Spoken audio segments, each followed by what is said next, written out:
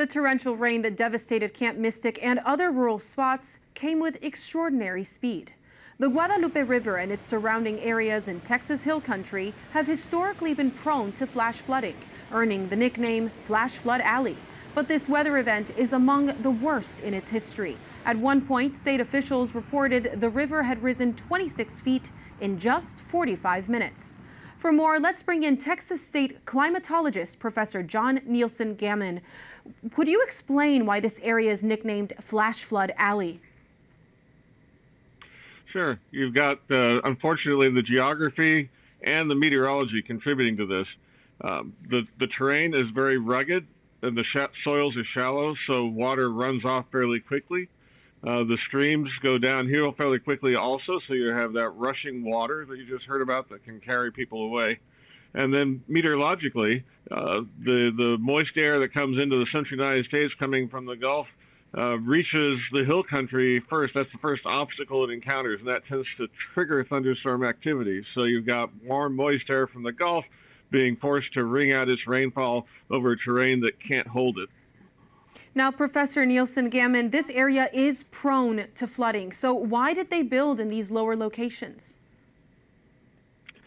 Well, if you've ever been there, you would understand it, because the rivers are lined with beautiful cypress trees. Under ordinary circumstances, the water is just a trickle. People float in inner tubes down the rivers every summer.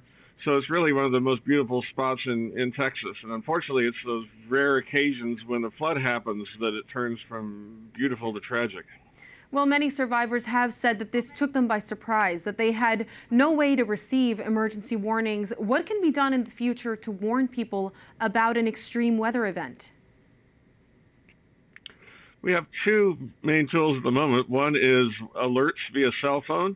I've heard people say that the cell phone coverage is kind of spotty out there, but if you've got areas at risk, it would certainly be useful to have extra cell phone towers to make sure everybody who's there that has a phone is able to get the information. And then they have to be receiving alerts and not have them deactivated if they don't want to wake up in the middle of the night.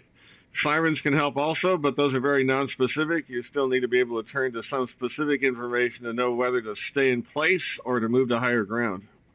Well, that's an interesting thing that needs to change. Obviously, we are all turning off our cell phones in the middle of the night, but various officials have referred to this as a 100-year flood. But we keep reporting on extreme weather events. When do we say that this is a new normal, something that we have to get accustomed to? Yeah, the analyses of extreme rainfall that we work with are based on the historical record. But we're basically working on an analysis for the state of Texas now to update that and take into account the trends in extreme rainfall that we've seen all across the south and southeast United States. And what we found is basically what used to be a 100-year rainfall event is now more like a 50-year rainfall event. But the floodplain analyses haven't caught up with that, so we're trying to move the needle forward and make sure we're ready for the floods of the future. Well, we'll be looking out for that analysis and hope that you get to it quick. Thank you so much, Professor John Nielsen-Gammon. Thank you.